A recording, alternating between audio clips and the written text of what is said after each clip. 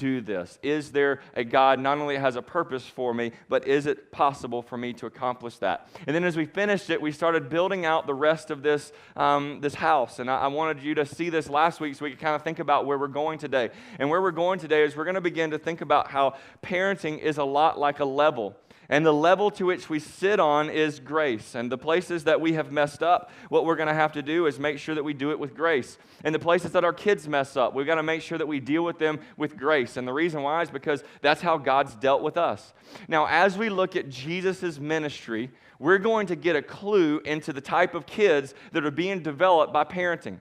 And what we see with Jesus is he's doing ministry to two types of people. He's continually doing ministry to the Pharisees, the scribes, and the Sadducees. These are the religious elite who have all the right answers, who have all the right outside, but they have a heart that has not been transformed by God. They have been highly developed in their character.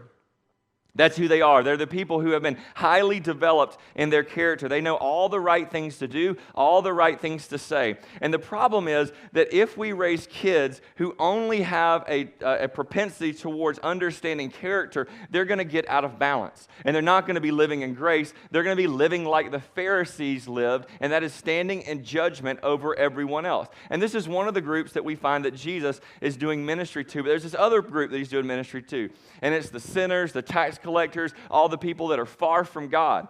And what that represents for us is a lot of people who focus their life in on having as much possible freedom as they could possibly have. They've tasted everything the world has to say. They've run as fast as they could away from everything that God has said because what they want is freedom in the world. And we have the same issue. If we focus too much on freedom and we don't focus any on character, we will also